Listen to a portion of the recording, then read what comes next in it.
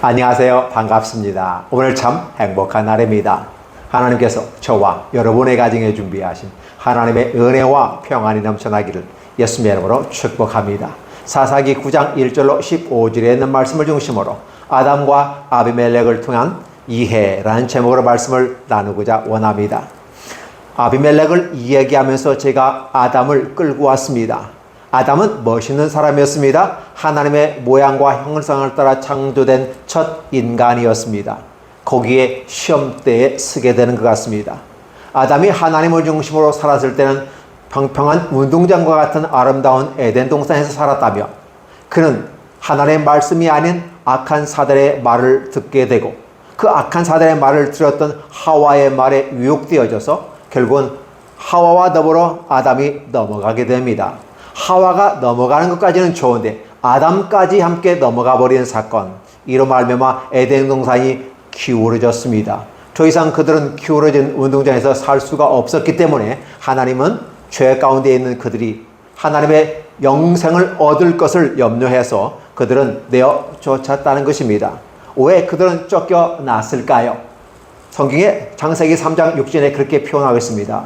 하나님께서 동산 중앙에 있는 실과는 먹지도 말고 만지지도 말고 내가 명령 먹는다면 정령 죽을 것이다 라고 말을 했습니다. 이 말은 선악과라고 하는 동산 중앙에 있다고 하는 것은 하나님의 모습 가운데 상징성을 띠고 있습니다. 즉 에덴 동산에 있는 모든 선악과는 다 아니죠.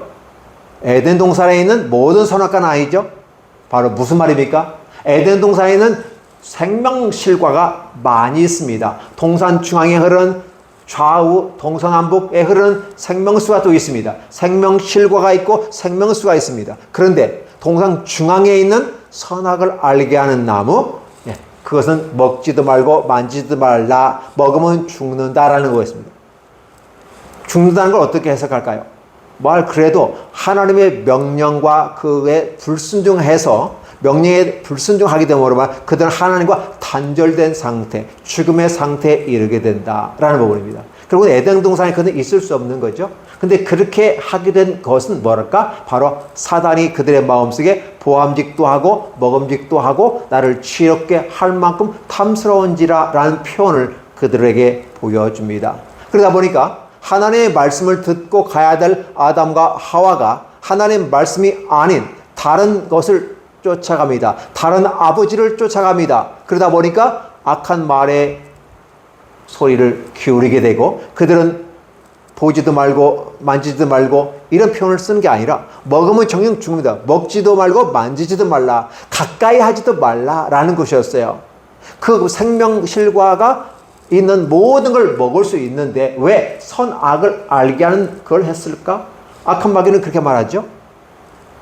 내가 만약 먹는다면 내가 눈이 밝아져서 하나님과 같이 될 거다라는 말입니다. 그러니까 어떻게 보면 악한 마귀는 맞는 말을 한 겁니다. 단지 악한 마귀는 그들의 마음속에 욕망을 불어넣습니다. 만약에 우리가 하나님의 명령과 그에 순종하는 이러한 상태에 있지 아니하고 우리도 만약에 하나님과 같은 위치에 오른다면 어떨까? 라는 생각을 하게 되는 거예요. 이 생각은 누구 생각입니까? 마귀의 생각입니다. 하나님의 지음받은 천사장들이 하나님과 견주어 비기리라 하면서 하늘과 맞짱을 뜨려고 했다가 쫓겨난 자들이 바로 자신들은 쫓겨났지만 하나님의 모양과 형상을 따른 하나님의 아들, 딸들에게는 어떻게 됐을까? 그래서 이제 악한 사단 마귀가 사람을 공격하되 사람을 통해서 하나님에게 공격하게 만들어버리는 겁니다. 자신들의 생각을 아담과 하와에게 풀어뒀습니다. 형식은 이렇습니다. 보암직도 하고 먹음직도 하고 나를 지롭게 할 맘직한지라. 이것은 인간의 욕망을 말합니다. 그래서 육신의 자랑, 그죠? 이생의 자랑, 육신의 욕망, 안목의 정욕 이런 것들을 성경에서는 해석을 해서 결국은 욕망에 사로잡혔던 것이 아담이었다. 그러면 아담의 실수는 뭘까? 하지 말아야 될 것을 하는, 그리고 하나님의 명령을 어기는 이런 일이었다는 사실입니다. 이런 말미암아 결국은 기울어진 운동장 속에서 그들은 견딜 수 없고 쫓겨날 수밖에 없었다라는 것이었습니다. 그러면 이러한 아담의 모습을 갖고 갑니다. 아담은 우리가 두 가지로 해석해 볼 수 있습니다. 처음에 하나님의 명령을 따라 순종하고 나아갔다면 영생할 수 있는 축복의 가능성이 있었던 사람입니다. 그러니까 하나님의 명령을 어기게 되고 인간의 욕망과 야망을 가지면서 하나님과 같이 될 수 있다. 왜? 선악을 알게 하면 바로 우리 눈이 떠져서 하나님과 같이 우리가 될 수 있다라고 하는 부분. 그래서 안목의 정욕이죠. 왜? 보암직도 하다라는 부분을 가지고 결국은 우리가 나중에 그걸 먹고 난 다음에 벌거벗었음을 알게 되는 것이죠. 그래서 결국은 눈으로 보았는데 어떤 모습이다? 벌거벗었다. 그런데 하나님께서 묻습니다. 누가 너에게 벌거벗음을 얘기했느냐라고 하나님은 아담에게 묻습니다. 그 말은 무슨 말일까요? 벌거벗었지만 내가 벌거벗은 줄 모르고 살아가는 겁니다. 이게 하나님의 축복 가운데 있는 겁니다. 그런데 인간이 하나님의 영역으로 침범하면서 죄와 선을 알게 됩니다. 영생과 영벌을 알게 되어버렸습니다. 그러다 보니까 그들은 결국은 하나님의 명령을 어기는 것이 영벌로 가게 된다는 사실을 알게 되고 자신의 벌거벗음을 알았다, 자신의 수치를 알았다라는 표현을 쓰게 됨으로써 인간의 연약함을 그대로 인지하게 되더라. 만약에 아담과 하와가 여호와의 말씀을 지켰다면 벌거벗은 줄 모르고 그 안에서 행복했을 것 같습니다. 벌거벗었다는 것은 누가 너에게 그렇게 알려주었느냐라는 거예요. 아담과 하와에게 알려준 건 사탄이 너 벌거벗었다고 얘기해 주는 게 아니라 스스로가 사단의 말을 듣고 사단의 말을 순종하고 가다 보니까 그들도 여전히 사단이 이긴 것처럼 눈이 밝아져서 하나님과 같이 선악을 알게 함으로써 거봐, 네가 선악을 알게 됐잖아. 그러나 중요한 것은 너는 그로 말미암아 하나님의 진노의 대상이 되었단다 라고 사단은 옆에서 얘기해 주는 거죠. 그래서 결국은 아담과 하와는 아차 실수한 것이죠. 이게 우리 인류의 모습 가운데 난 양면성의 모습입니다. 선을 행할 수 있는 우리들의 마음과 악을 행할 수 있는 마음. 근데 과연 선과 악의 기준은 가운데 뭐가 있었느냐? 이 역사의 현장 속에서 우리가 바라보았을 때 아담에게 욕망과 야망이 들끓었다. 욕망과 야망이라는 단어가 있을 때 우리는 두 가지로 생각해 볼 수 있습니다. 정략적인 모습에 대해 정치적인 색채를 띠는 것입니다. 그래서 리더가 되고 통치자가 되고 지배하려는 야욕과 욕망이 부르짖게 됩니다. 그래서 도시국가가 생기고 왕제도가 생기면서 절대 왕권이 가면서 공격하고 빼앗고 죽이고 사는 이런 전쟁의 모습이 있습니다. 그리고 아울러서 이 마음 속에 무한히 가지고 싶은 욕망이 생깁니다. 더 많이 가지고 싶은 욕망, 그게 뭘까요? 재정적인 경제적인 것이죠. 그 재정적인 모습이 해결되면 정치를 잡고 경제를 잡고 그래야 통치할 수 있는 힘이 생기게 되고 결국은 그 안에서 우리의 희망을, 우리의 위로를 얻고자 원하는 것입니다. 하나님이 없는 상태에서 권력과 재산은 좋은 의미를 쓰일 수가 없다는 사실을 저와 여러분은 이미 알고 있습니다. 역사의 현장 속에서 살아온 인간의 삶을 한번 여러분 살펴보시면 이미라도 알 것입니다. 그렇기 때문에 하나님 없는 정치 권력이야, 하나님 없는 재산, 하나님 없는 상태에서 그것은 선한 병기로 쓰이기보다는 악의 병기로 쓰이게 된다는 사실입니다. 이게 아담의 삶을 통해서 우리에게 알려준 거예요. 그런데 에덴 동산에서 아담의 모습과 적과 꿀이 흐르는 땅, 하나님의 제2의 에덴 동산이라고 할 수 있는 적과 꿀이 흐르는 에덴의 동산과 방불할 정도로의 좋은 땅이에요. 축복의 땅입니다. 기름의 땅입니다. 그 땅에서 또 한 사람이 있었습니다. 아비멜렉이라는 사람이 있습니다. 이 아비멜렉은 어떠한 사람이었습니까? 여러분이 잘 아는 여룻바알, 즉 바알과 싸워서 이겼던 기드온의 아들 중에서 첩의 아들이었습니다. 세겜 사람이었습니다. 가나안 사람이었습니다. 달리 말하면 하나님 나라에 합당치 않은 사람일 수도 있다는 사실입니다. 성경에서는 세겜이라든지 핵심적인 부분 속에서 세겜은 좋아하지 않습니다. 그 가나안 사람 좋아하지 않습니다. 왜냐하면 세상을 상징하는 부분이기 때문에 그렇습니다. 예루살렘을 향해서 가는 게 아니라 세겜을 향해서 가게 되고, 역사의 현장 속에서 항상 우리는 예루살렘으로 갈 것인가 세겜으로 갈 것인가, 이 두 가지 속에서 우리는 허덕이는 것 같습니다. 그래서 우리는 하나님 앞에서 예루살렘을 향하고 그 성전을 오르면서 여호와를 앙망하며 찬양하는 아름다운 사람이 있는가 하면 세겜으로 향하고 세상을 향해 나가는 사람들이 있다는 것입니다. 오늘 성경 부분은 이렇게 냅니다. 기드온이 이미 죽음에 라는 부분이에요. 기드온도 사실은 그렇게 하나님 앞에 신실한 사람은 아니었던 것 같습니다. 그럼에도 불구하고 하나님은 기드온에게 능력을 주셨고 이스라엘을 구원하고 그 기드온이 살아있는 동안에 40년 동안에는 평화가 있었다라는 보장을 하는 걸 보면 그럼에도 불구하고 기드온에게는 하나님의 은혜 가운데서 하나님으로 이렇게 옮겨진 하나님으로부터 방향성을 틀어버리는 이런 사람이었다라고 볼 수 있죠. 그런데 기드온이 죽었습니다. 이스라엘 사람들이 드디어 돌아서서 바알보르를 따라 음행하였으며, 그렇죠? 또 아울러서 바알브릿을 자신들의 신으로 삼았다라는 표현을 쓰겠습니다. 그리고 아울러 이스라엘 자손은 주의 모든 원수들의 손에서 자기를 건져내신 여호와 자기들의 하나님을 기억하지 아니하였다. 자, 바알을 섬겼다. 바알브릿을 자신을 섬겼다. 하나님을 기억하지 않았다. 구원자이신 하나님을 버렸다. 그 다음에 여롯바알이라는 기드온이 이스라엘에서 모든 베푼 은혜를 생각하지도 않고 후대하지도 않았다. 이 상황이 설정되면서 드디어 아비멜렉이 등장하게 된 겁니다. 그러니까 당장 누가 나가지고 뭐 하겠다 그런 게 아니라 이미 하나님 중심의 사회가 하나님이 아닌 바알 중심으로 다시 돌아가게 되라는 것입니다. 사사기는 서클이라는 단어를 제가 썼습니다. 순환이 됩니다. 하나님을 믿고 아름답게 성장하다가도 사사가 죽으면 그들은 하나님 대신 바알을 따라 섬겼다, 아세라를 섬겼다, 아세라를 섬겼다라는 부분을 쓰게 됩니다. 결국은 하나님과 관계가 없는 다른 신들을 찾았다라는 이렇게 표현을 쓰게 되고 결국은 하나님을 기억하지 않았다. 아니 기드온 자체 그 가문도 후대하지 않을 정도가 되면 어떻게 돼요? 이제는 하나님과 관계없는 정치를 잡은 사람이 우선순위고 돈을 많이 가진 사람이 우선순위고 지식이 많은 사람이 우선순위 아니겠습니까? 그래서 저번 주에 말한 건 가진 자, 든 자, 난 자. 근데 사실은 제가 된 자라는 단어를 뺐다고 말씀드렸습니다. 된 자는 있을 수가 없죠. 왜냐하면 된 자라고 하는 도덕적인 사람이고 누구나 가치가 보편타당하게 기울어지지 않은 운동장에 서일 수 있는 사람이 된 자이기 때문에 이 된 자를 우리가 찾기는 힘든 것 같습니다. 그래서 세상을 기준으로 보면 가진 자, 난 자, 든 자 이 세 가지로 세상적 기준을 한번 생각해 보는 것입니다. 그러면 된 자라고 하는 것은 우리의 최종적인 가치 지향적인 우리의 하나의 모형이게 되죠.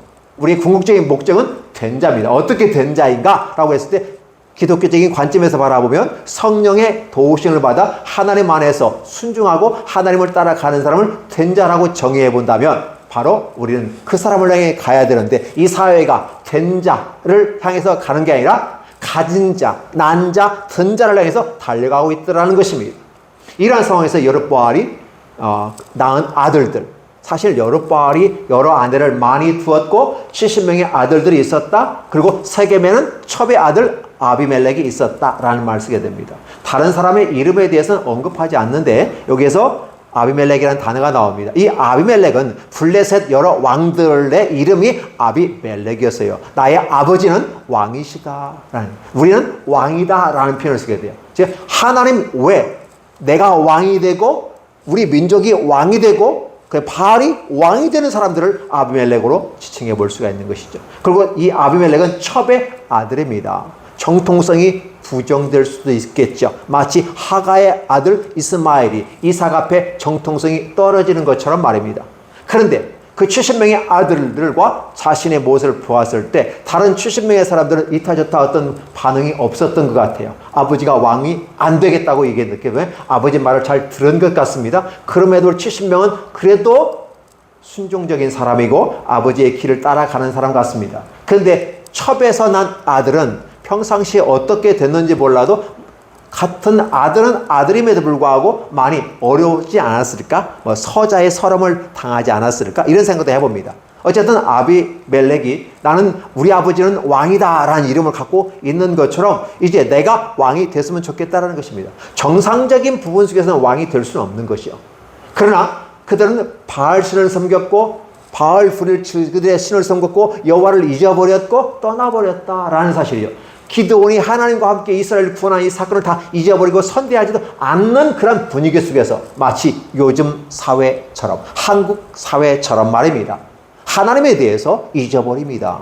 교회에서 목사와 장로와 성도들조차도 하나님을 중심으로 간다고 말하는데 실상은 하나님 중심이 아니라 자기 중심으로 가고 자기 교회 중심으로 가고 이단 사입에는 한 발짝 더 앞서가서 잘못된 것을 가르칩니다. 사입이란 단어는 사교에서 나온 단어로서 자체가 잘못된 겁니다. 사기꾼이란 말이에요.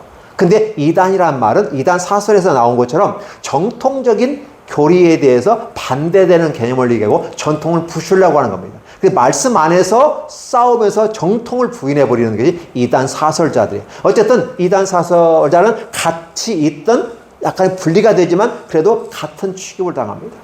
이런 상황 속에 한국 교회가 어렵습니다. 목사로서 살아가기도 어렵습니다. 장로로서 살아가기도 힘듭니다. 세상에서 장로가 믿음을 지키면서 나아가기가 쉽지 않습니다. 술, 담배 문제를 예로 들어본다면 어떻게 될까요?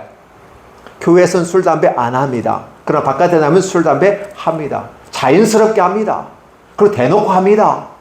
예, 맞습니다. 술, 담배가 우리의 신앙, 술, 담배 한다고 지옥 가는 건 아니기 때문에 그렇습니다. 그러나 한국 교회의 전통은 선교사들이 들어오면서 한 가지 있습니다. 가난하고 힘든 사람들이 제정신 못 차리고 밥은 못 먹어도 술과 담배는 하더라는 사실입니다.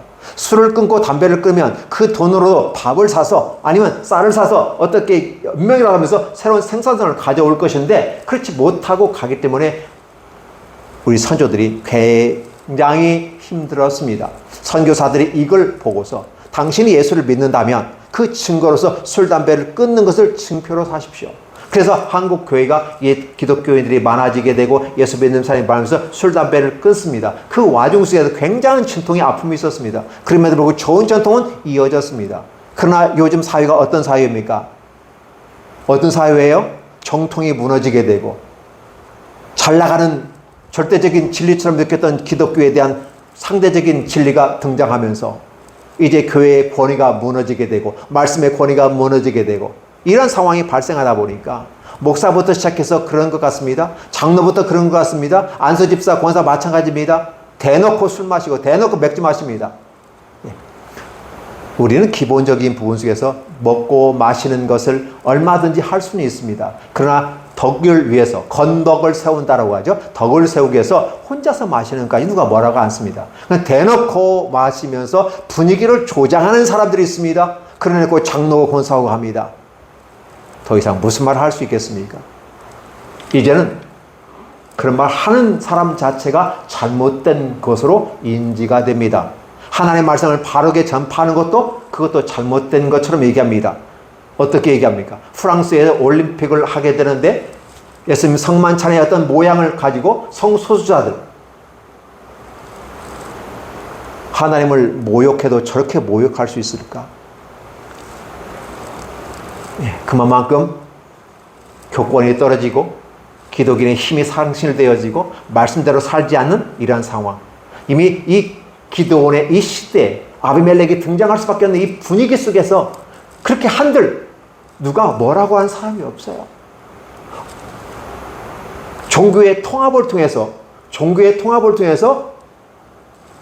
옛날에 영화를 꿈꾸려는 교황의 모습처럼 교회 통합하고 다른 종교와 통합하고 교회와 바벨론 종교와 통합하고 이러한 모습 가운데 종교를 통해서 하나의 통치권을 가지려고 하는 그러한 자들이 있습니다. 종교 다원주의를 얘기하고 교회 일치운동, 종교 일치운동을 하면서 평화를 유지하자고 하면서 하나님과 전혀 관계없는 일을 합니다.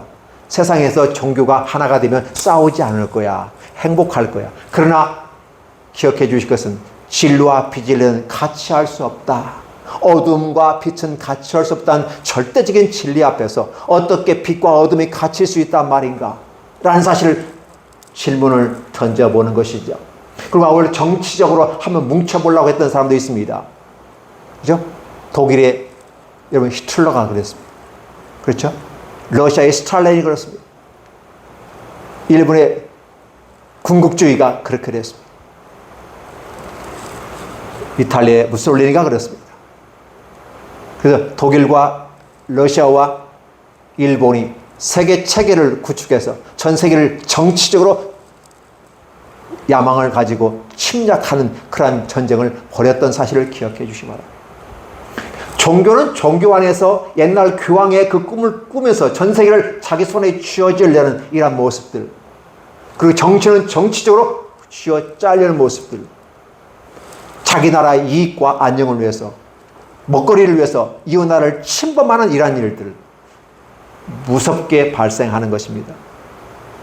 그래서 우리는 러시아와 우크라이나의 전쟁을 통해서 러시아가 승리를 하면 안 된다는 사실을 인식시켜야 한다고 생각합니다. 왜 그러냐? 누구나 다 아는 말입니다. 러시아가 이렇게 힘 있다고 빽있고 약한 나라를 침범해서 나라를 하고 그 다음에 휴전을 하면서 그 땅을 자기 것으로 한다면 얼마든지 있는 사람들은 똑같은 방식으로 이 사회가, 이 국가가, 이 전 세계가 인정할 수밖에 없던 마치 어둠이 어떻게 돼요? 정당하게 인정받는 것처럼 되어버리기 때문에 그렇습니다. 그러니까 결코 러시아는 우크라이나를 합병하거나 점령 지역을 자기 땅으로 만들어 가서는 안 되는 것이고 다시 러시아를 제 땅으로 물려쳐야만이 아무리 힘있고 능력이 있어도 연합하고 힘을 내어 악을 물리쳐야 된다는 이러한 우리의 기존 진리를 세워야 하지 않을까요? 아울러서 교회를 침범하는 종교 다원주의, 종교 일치운동, 에큐메니컬 운동 등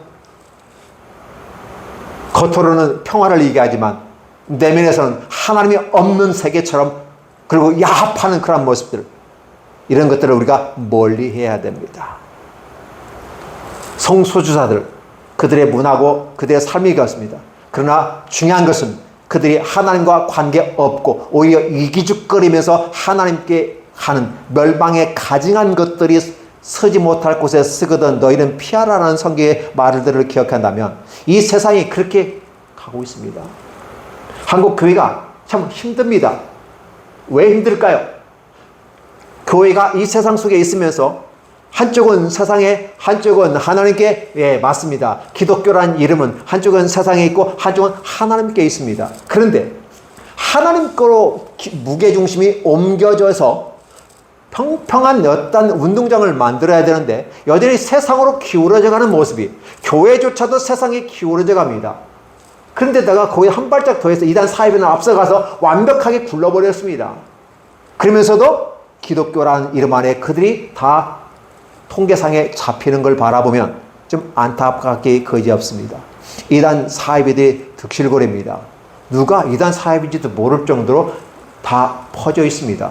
그 때문에 함부로 무엇을 얘기하면 법적 조치가 들어옵니다.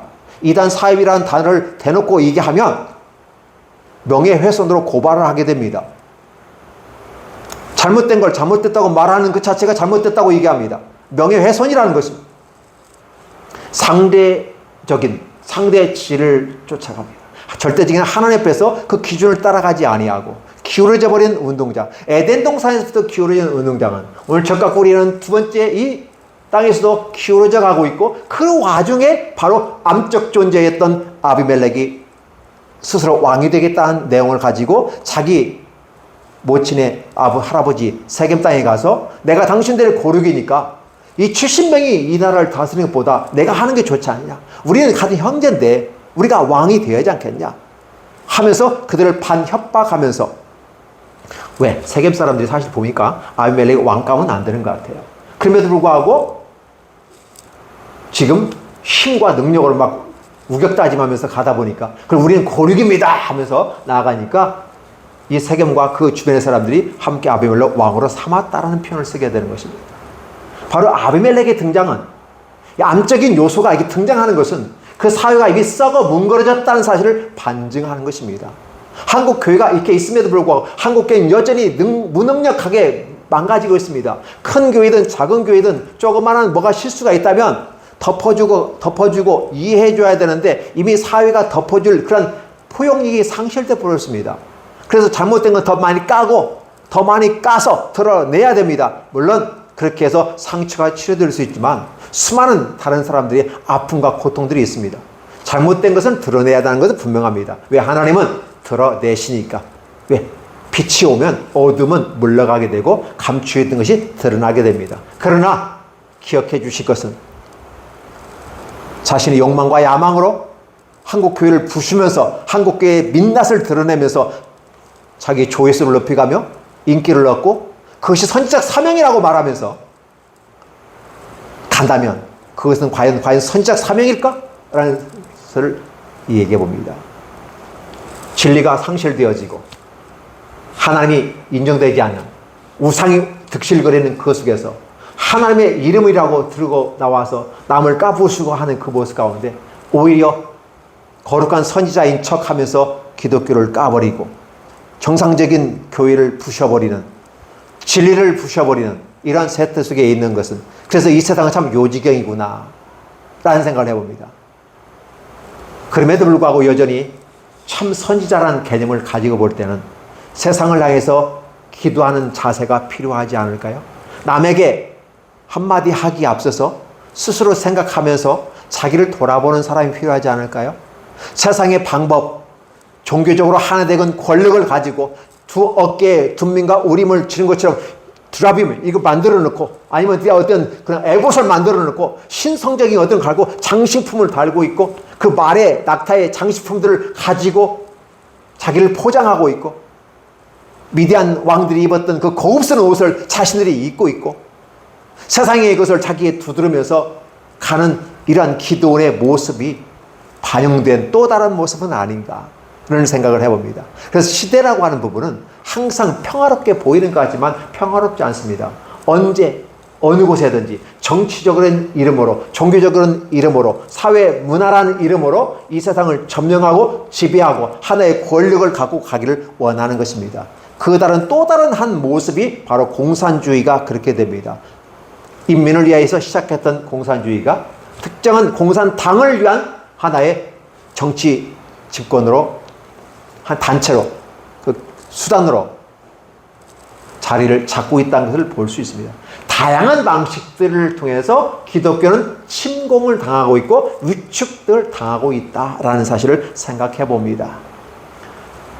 월드컵을 진행하였던 프랑스가 이미라도 알고 있었지만 그렇게까지 할 줄은 몰랐는데 대놓고 하고 있는 모습, 이제 어쩔 건데?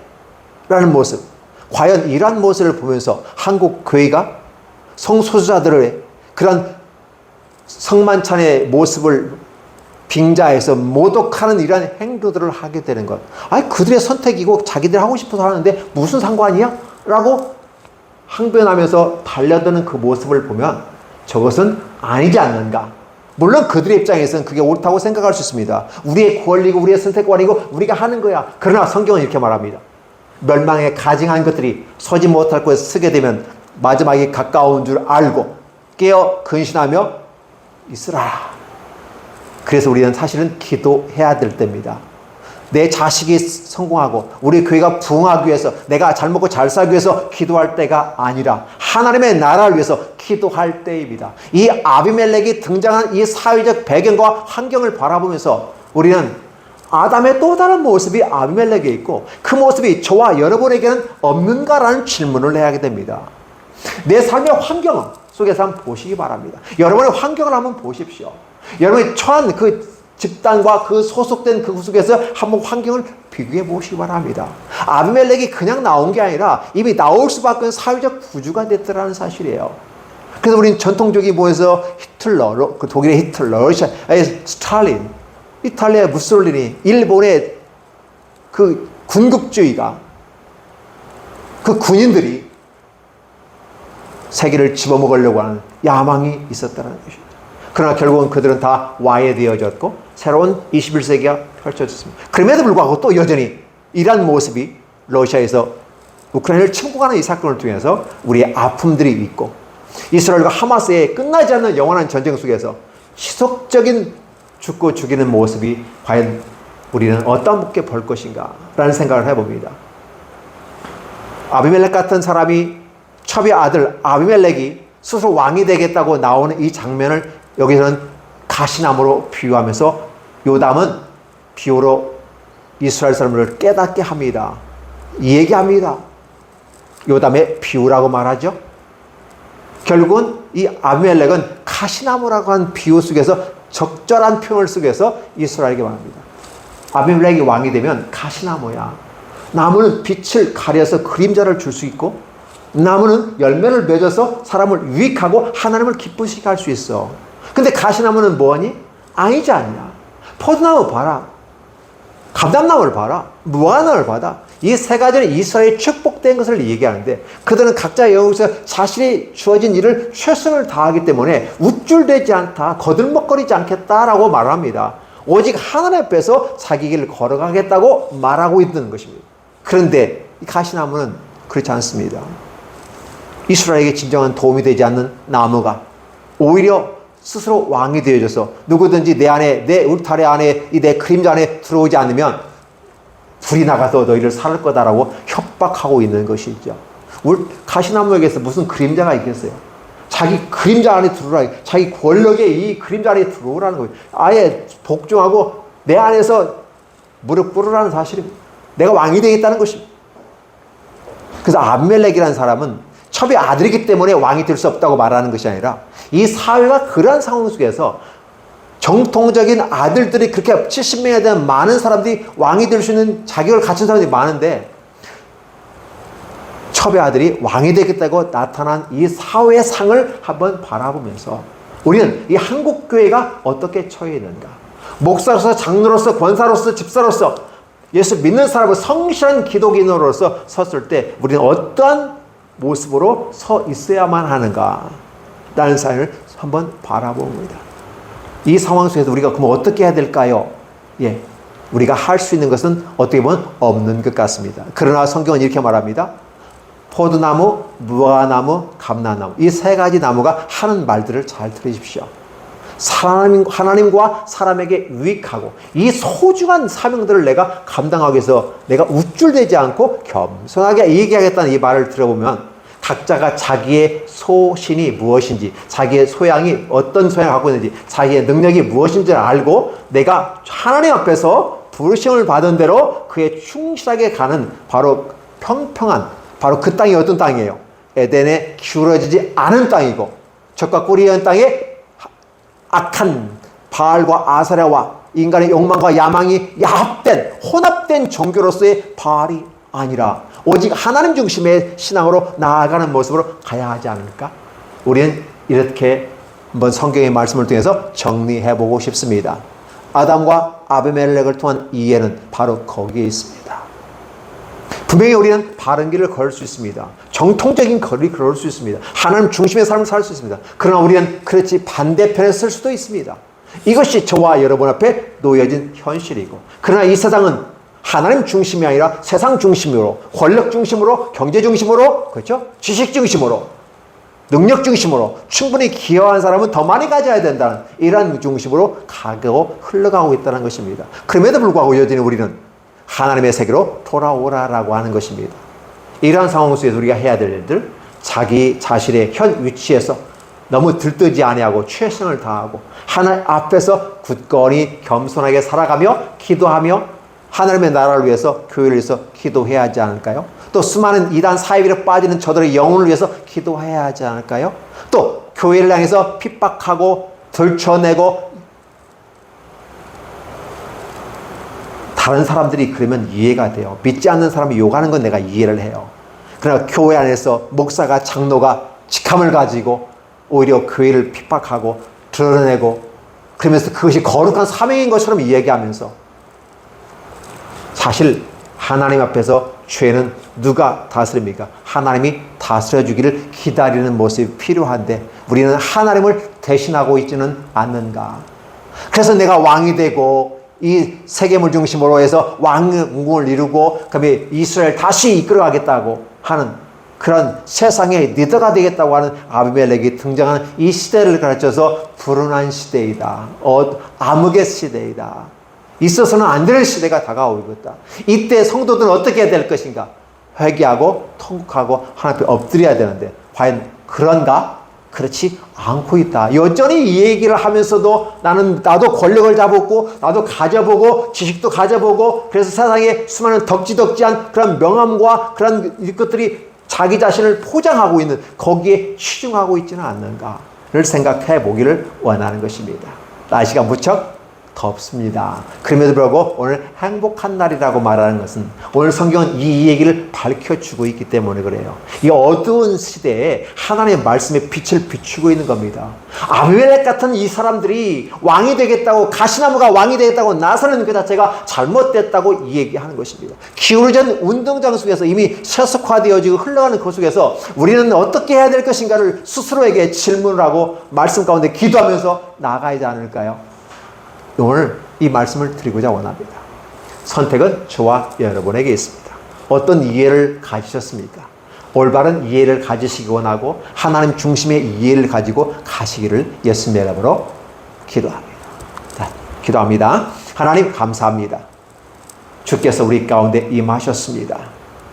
아비멜렉 같은 사람이 왕이 되겠다고 설쳐대는 그 모습, 준비되지 않는 자가 왕이 되고, 준비되지 않는 자가 대통령이 되고, 준비되지 않는 자가 정치와 경제를 가지고 권력을 가지고 짓밟고 있습니다. 어렵습니다. 때로는 이 혼탁된 사상 속에서 서로가 잘못됐다고 얘기하는 이 세계에서 우리는 어느 길을 걸어가야 될까요? 제시해 주는 대로 감람나무, 포도나무, 무화과나무가 말하고 있는 이 고백들을 보면서 우리가 자신의 하나님 앞에 서서 성실하게 나가는 모습으로 우리 자신을 만들어가게 하시고 하나님과 이 나라를 위해서 기도하는 멋진 기독인들이 되게 도와주시고 그리스도인들이 되게 하여 주옵소서. 종교에 머물러 있고 욕망과 야망 속에 머물고 종교란 이름으로 사기치는 그들로부터 벗어나게 해주시고 회복되게 하여 주시고 하나님께 돌아오는 아름다운 역사가 있게 하여 주시옵소서. 예수님의 이름으로 축복하며 기도하옵나이다. 아멘.